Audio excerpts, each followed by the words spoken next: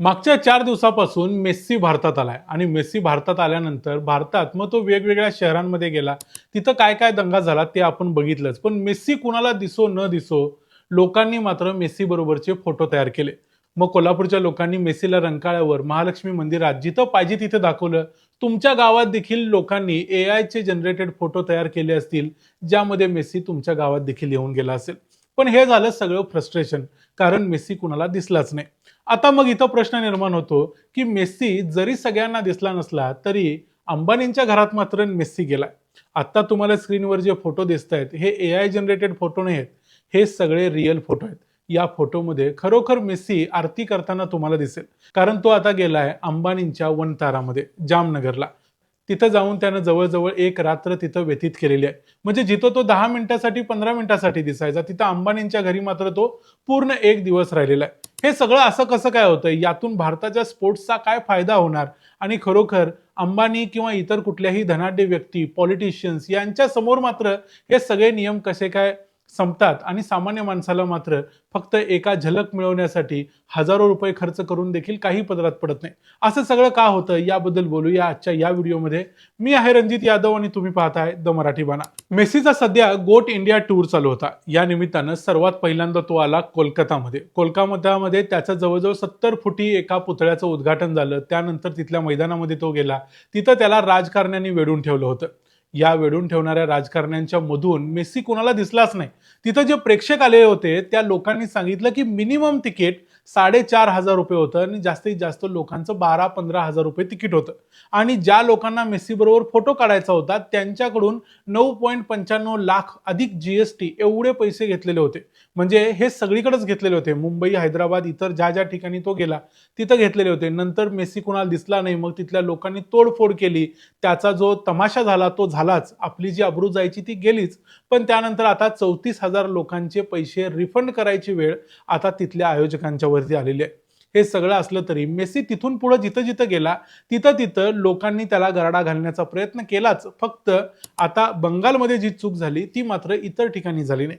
जसं हैदराबादमध्ये राहुल गांधी गेले, महाराष्ट्रामध्ये देवेंद्र फडणवीस, अमृता फडणवीस, ज्यांची खरं तर तिथं असण्याची गरज नव्हती ते लोक देखील गेले.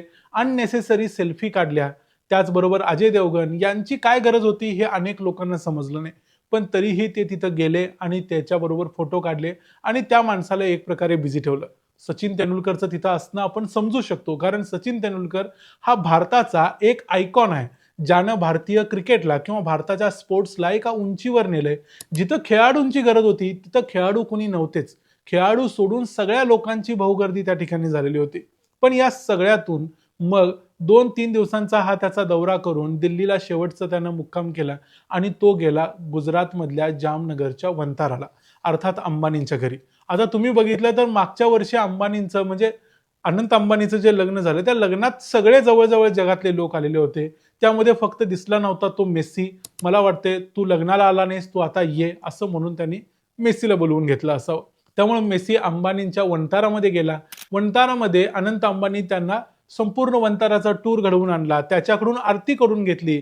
त्याच्याकडून इतर पूजा अर्चा सगळ्या करून घेतल्या. त्यानंतर त्याला एक रिचर्ड मिल कंपनीचं जवळजवळ 11 कोटी रुपयांचं एक घड्याळ गिफ्ट दिलं. विचार करा, 11 कोटी रुपयांचं घड्याळ जर गिफ्ट मिळत असेल तर मेस्सी सुद्धा बरोबर जिथं जायचं तिथं जातो आणि आपला वेळ देतो. कारण जे हजारो लोक मैदानामध्ये त्याची वाट बघत थांबले होते, तिथं तो फक्त 10 मिनिटासाठी, 15 मिनिटांसाठी दिसत होता. पण त्याला एवढं मोठं गिफ्ट ज्या ठिकाणी मिळालं तिथं तो स्वतः गेला. तिथं त्याने वेळ घालवला. त्याच्याबरोबर जे रॉड्रिगो, डेपॉल आणि सुआरेझ होते त्यांना देखील गिफ्ट्स मिळाले असतील. पण हे सगळं असलं तरी तिथं त्यानं जो वेळ घालवला त्यामुळं अनेक प्रश्न उभे राहतात. सगळ्यात महत्त्वाचा प्रश्न निर्माण होतो म्हणजे सामान्य माणसाचं काय? सामान्य माणसासाठी त्या गोट इंडिया टूरमध्ये मेस्सी आला होता. त्याचे लाखो चाहते भारतात त्याची वाट बघत होते. त्यांना तो जास्त करून दिसला नाही किंवा त्यांच्याबरोबर त्यानं जो वेळ घालवायचा होता तो घालवू शकला नाही. खरं तर तो भारतात आल्यानंतर त्याचा जास्तीत जास्त वेळ भारतातल्या जे तरुण खेळाडू आहेत त्यांच्याबरोबर जायला पाहिजे होता. त्यानं काहीतरी मार्गदर्शन करायला पाहिजे होतं. काही महत्त्वाचे बोल त्यांना सुनवायला पाहिजे होते, जेणेकरून त्यांनी त्याच्याकडून प्रेरणा घेतली असती आणि ते भारताच्या फुटबॉलला वेगळ्या उंचीवर घेऊन गेले असते. पण इथं खरोखर वेगळंच चित्र दिसलं. प्रत्येक ठिकाणी राजकारणी आणि श्रीमंत आणि ॲक्टर लोक या लोकांनीच त्याला घरडा घालून ठेवला आणि त्याचं जे काम होतं, जे भारतीय स्पोर्ट्सला, भारतीय खेळांना वरती घेऊन जायचं काम होतं, ते मात्र तो करूच शकला नाही. अर्थात यामध्ये मेसीची चूक किती आहे आणि भारतीय राजकारण्यांची आणि आयोजकांची चूक किती आहे हे सगळं शोधावं लागेल.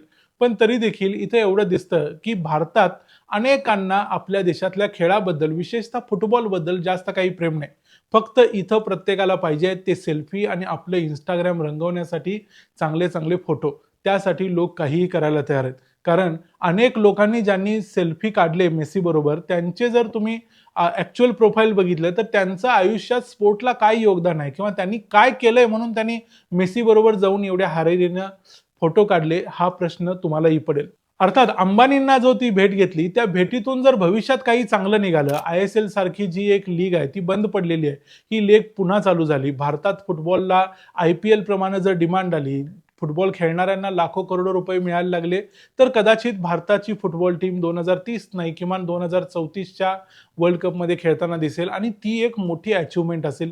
आणि त्यासाठी जसं मेसीचं कॉन्ट्रीब्युशन गरजेचं आहे, तसं भारतातल्या राजकारण्यांचं, भारतातल्या खेळाडूंचं आणि भारतातल्या ओव्हरऑल जनतेचं देखील यामध्ये कॉन्ट्रीब्युशन असायला पाहिजे. लोकांनी त्यामध्ये भाग घ्यायला पाहिजे आणि लोकांनी त्याला सपोर्ट करायला पाहिजे. फक्त पश्चिमेतून येणारा एखादा स्टार त्याला बघायचं, त्याच्यावर पैसे उडवायचे आणि त्याला पाठवून द्यायचं, असं करून काही होणार नाही. अशाच प्रकारचं काहीसं स्टेटमेंट अभिनव बिंद्रानं देखील दिलंय. त्याचंही हेच म्हणणं आहे की आपण फक्त स्टार कल्चर प्रमोट करतोय, आपण खेळांसाठी काय करतोय हा प्रश्नच आपल्या समोर आहे. त्यामुळे या सगळ्या गोष्टींचा काय अर्थ तुम्ही घ्यायचा तो बघा. पण भारतातल्या स्पोर्टला वरच्या उंचीवर घेऊन जाण्यासाठी हा दौरा उपयोगी ठरला असं मला वाटत नाही. तुमचं मत आम्हाला कमेंट्समध्ये सांगा. व्हिडिओ आवडला असेल तर व्हिडिओला लाईक करा, चॅनलला सबस्क्राईब करा. पुन्हा भेटू पुढच्या व्हिडिओमध्ये. तोपर्यंत पाहत राहा द मराठी बाणा. जय हिंद, जय महाराष्ट्र.